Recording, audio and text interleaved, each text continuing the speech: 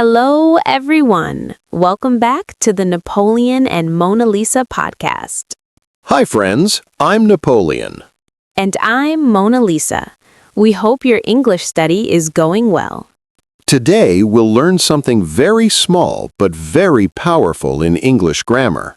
Yes, two short words that appear everywhere, have and has.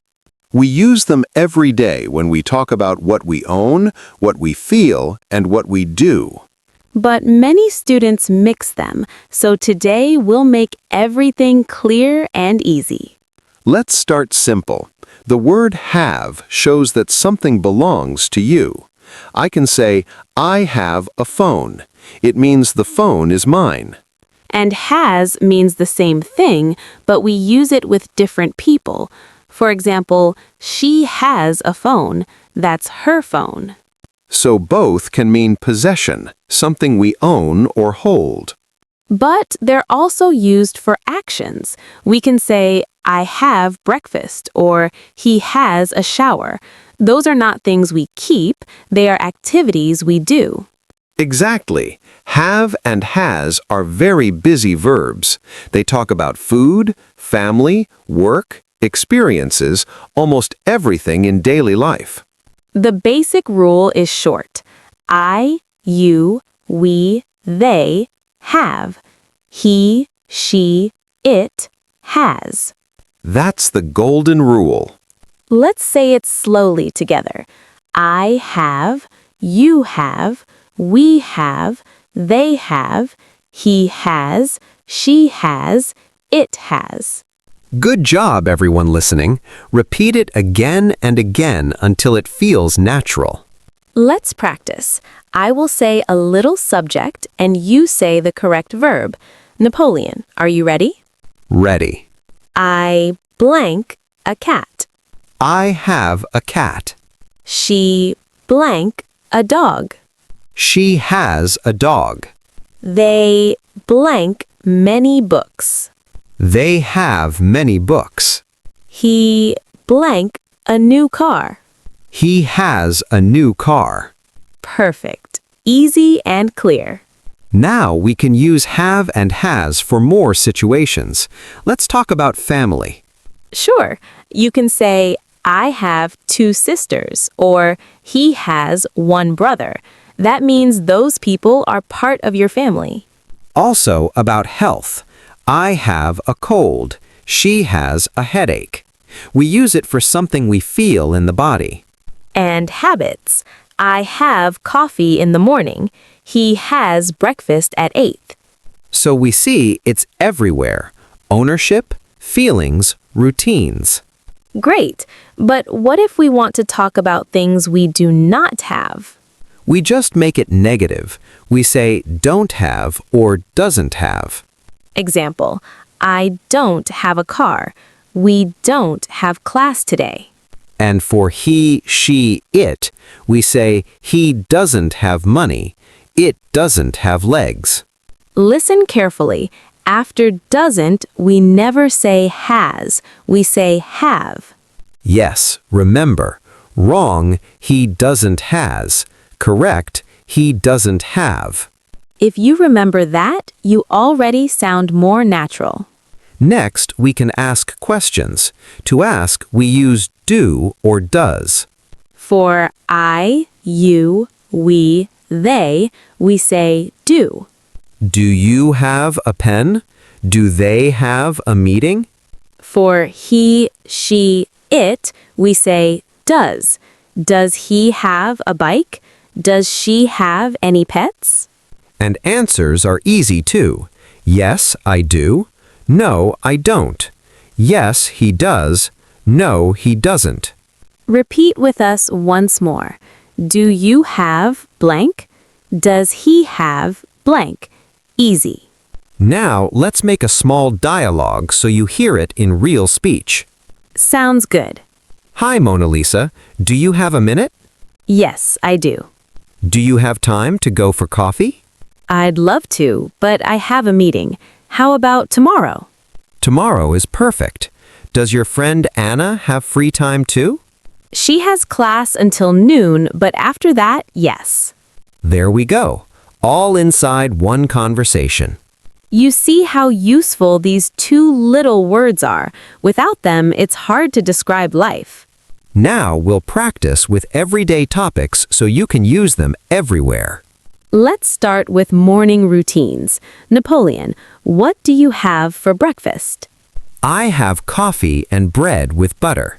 You? I have fruit and oats. Sometimes I have tea instead of coffee. Healthy. And your brother? He has nothing for breakfast. He only drinks water. He must be fasting. Okay, now health. Do you have any pain today? No, I don't have any pain, but I have a small headache yesterday. I think I was tired. Did you sleep well last night? Yes, I did. And now I have more energy. Thank you for asking. See how English smiles when we use have? We sound natural and friendly. Right. Let's make some funny examples. Okay, I have a dream that one day I will have a restaurant. That's nice. My restaurant will visit yours. I mean, I will have a restaurant too. We'll both have restaurants. And my dog will have a table there. A table for the dog? Your dog has a lucky life. So, listeners, you can see we use have and has to talk about almost anything. Dreams, pets, plans. Exactly. Now let's review common phrases. We have breakfast. We have a shower. We have a rest. We have a party. We have fun. And for he, she, it, we say he has breakfast, she has a bath, it has a problem. Speaking of problems, some students forget to change for he, she, it. Let's practice fast. I have, he has. You have, she has. We have, it has. They have, she has. Simple. Sometimes people ask about American and British English difference. In British English, people often say, I've got. Yes, like I've got a car equals I have a car. She's got 2 children equals she has 2 children. So don't be confused when you hear that. Meaning is the same. Now, let's make negative and questions inside a story so you can hear them together. Good idea. Tom has a new bike. His sister doesn't have a bike. Tom rides to school every morning. Does he have a helmet? Yes, he does. He has a blue helmet and a big smile. Perfect. Short story, clear grammar. You can make yours too. Maybe about what you have in your bag or your room. I like that. Let's try it live. MonaLisa, what do you have in your bag right now? Let's see. I have my phone, I have a notebook, and I have a small apple. Healthy snack. And I have my keys, wallet, and a pen. Normal day. Every sentence with have, fantastic practice. Friends, look in your bag and tell someone what you have. Now we should talk about school and work situations. At school, we say, we have math today. At work, I have a meeting at 10. And for other people, he has an exam tomorrow. She has a new project. That's right. So next time you arrive at the office, you can say, today I have 2 tasks, or he has a presentation. Clear, simple, correct. Let's check one important thing, pronunciation. Native speakers say have for have and has for has. Repeat. Have, has. Good. Don't say half or hash. Haha, yes. Keep it clean. When we speak fast, I have a can sound like I have a. She has a like she has a. So if you hear that in movies, it's normal connected speech. Another tip, practice with real objects. Look around the room and say what you see. I have a chair. It has 4 legs. I have a window. It has white curtains. Do that every day. That's a fun exercise. It helps memory and vocabulary together. Napoleon, let's show listeners a longer conversation like a story from morning to night using have and has. All right, here we go. I have a busy day today. I have breakfast quickly and I have a meeting at 9. My boss has many plans. We have coffee together and talk about ideas. After work, I have lunch with friends. One friend has a new baby photo to show. I have a lot of laughs. At night, I have a shower and a rest. Excellent. One day full of practice. Listeners can take this pattern and change words for their own life. Before we finish, let's review the most important things one more time. Sure. Have goes with I, you, we, they. Has goes with he, she, it. Negative, don't have, doesn't have. Questions, do or does. Everything else follows the same rule. Don't forget, after doesn't, use have, not has. Very important. Maybe we can add some fun rhythm to help remember. Yes, let's make small song lines. Repeat with us. Both. Sing-song. I have, you have, we have, they have. He has, she has, it has too. Good job, everybody. That music helps our brains.